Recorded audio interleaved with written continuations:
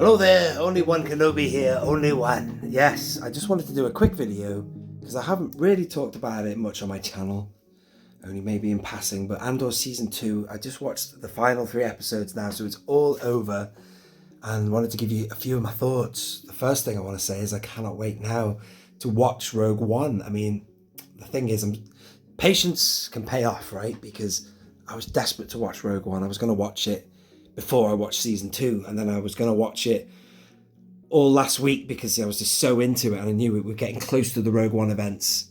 But I thought to myself, no, hold back, wait for the climax, wait for 10, 11, 12, and then watch Rogue One. And so I'm ready, and it all slotted in so very nicely. So I don't know, I've not got no script or anything for this. I just wanted to come in here, point and press, and just talk about a few things that I really enjoyed.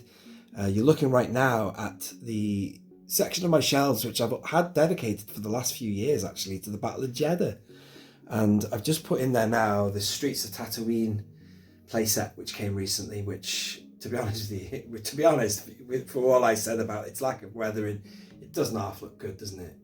And it's so very Star Wars, and it's supposed to be Tatooine, but look at that, when you've got the AT-AT there, oh yay, AT-AT, when you've got the AT-ST there, and you've got the Imperial tank, all very, all associated with the Battle of Jeddah that you saw in Rogue One, that just works as a background, doesn't it, really?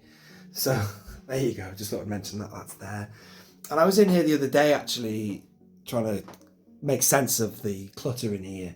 I do hope to get some order in here, like the Empire order. It's chaotic in here at the minute, very full. And I'm going to start resigning a few things on shelves and make space for the future. But I took off the Blue Leader X-Wing from the wall. That's not where it was. That's where I had my Luke. That's Luke and Biggs there. And I had the Blue Leader one up here. But I'm going to change all this. I'm thinking about putting these X-Wings and...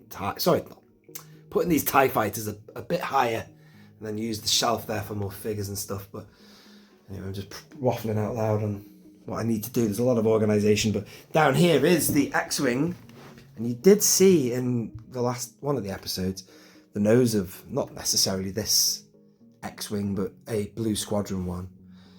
So I've just got this here now. I don't usually have them parked in attack position, but inside... What I do is to make them go wider. I think that might be foam in there. I've even put rubbers in there. To an American audience, if you're watching from America, and I mean an eraser, not a rubber like you might know. We call them rubbers, ladies and gentlemen, because they're made out of rubber, aren't they?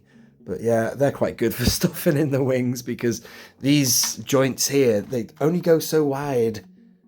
So that's why it's still locked in. I can't be bothered taking out the foam that's in there, but I've got the legs down. But I'm just prattling on here. I just loved it. The whole series was brilliant. It started off very slow, but I knew we were in for a treat, and it didn't half pay off, man.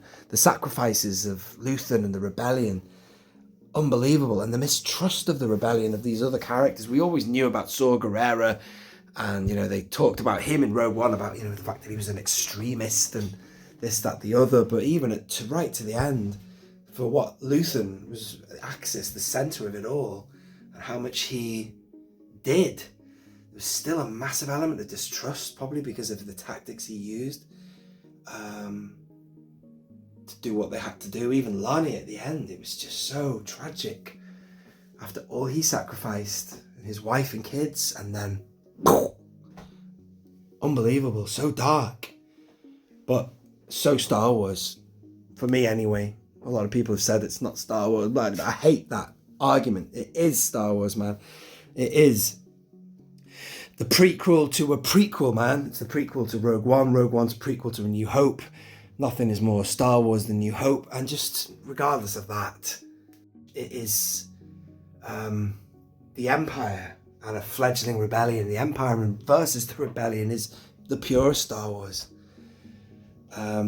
You saw so much that just linked in with the essence of what Star Wars was about. What got written in George Lucas a mere 30 years before World War II. And where are we now? Star Wars almost 50 years ago since we got Star Wars. Nuts. Absolutely nuts. So they, Tony Gilroy, he I don't know how to praise the man anymore than saying how, I don't know. I didn't think that you could better Favreau and Filoni after Mandalorian season 2. I know that gets criticised now a bit more, but I loved season 2. Season 1's epic, but this is just right up there, man. That guy, God bless him. If it wasn't for him, I don't know where I'd be right now with Star Wars, because much as I've enjoyed a lot of the other series, there's been a lot of crap. It really has. This has just been pure quality. And I tell you what, man, it begs you to go and watch it again, because there's so much information, there's so much to digest. It's quite intense. There's thick plot and story to digest. You can't just... I don't think I watched any... I mean, no disrespect to Skeleton Crew, but I watched it and it was just what it was in one watch, you know, and it's never going to get any better, really. Whereas this is just, wow. Deep, profound writing. So, very impressed. Very impressed. What else was I going to say?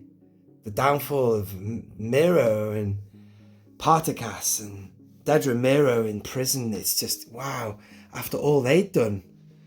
You know, you've got these hard workers on the good guys' side, Luthen and such like, and their downfall. And then you've got them, who even they are victims of the system, you know. Now they're on the rack.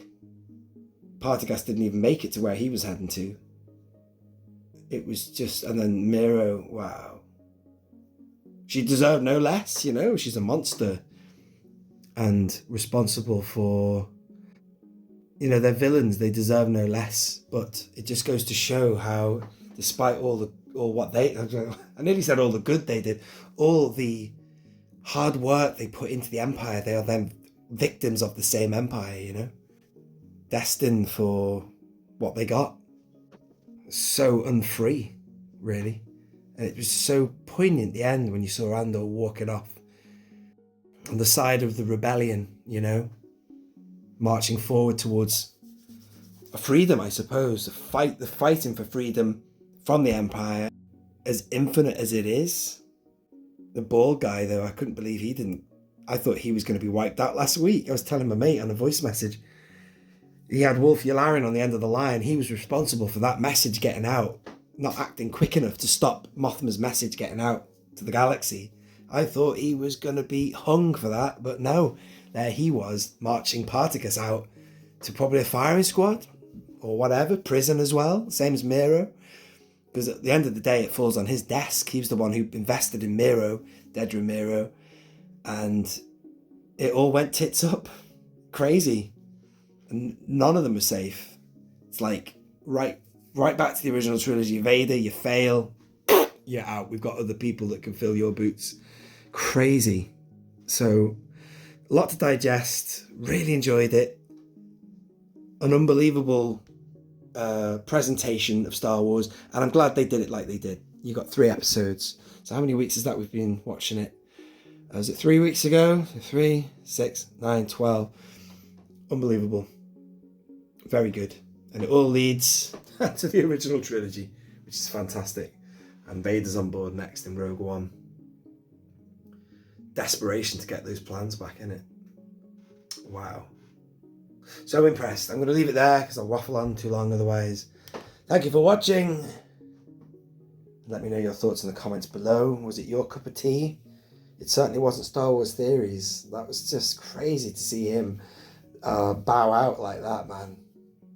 It's so disappointing when something I really like that. I've been on the same page as him with opinions of, like, you know, the sequels I'm not really fond of, but this for me has been so epic to see him not interested. And it had so many callbacks to the prequels and sequels. Sequels? What the fuck am I talking about? Sorry. So many callbacks to the original trilogy and the prequels, what with the Senate and all of that. How could he not get into that? I don't get it anyway. It's not my that's his deal, isn't it, man? But there you go. It just goes to show how Opinions can differ, isn't it, really? Right. So the Empire marches on, and so do the Rebellion, and then in we go to Rogue One.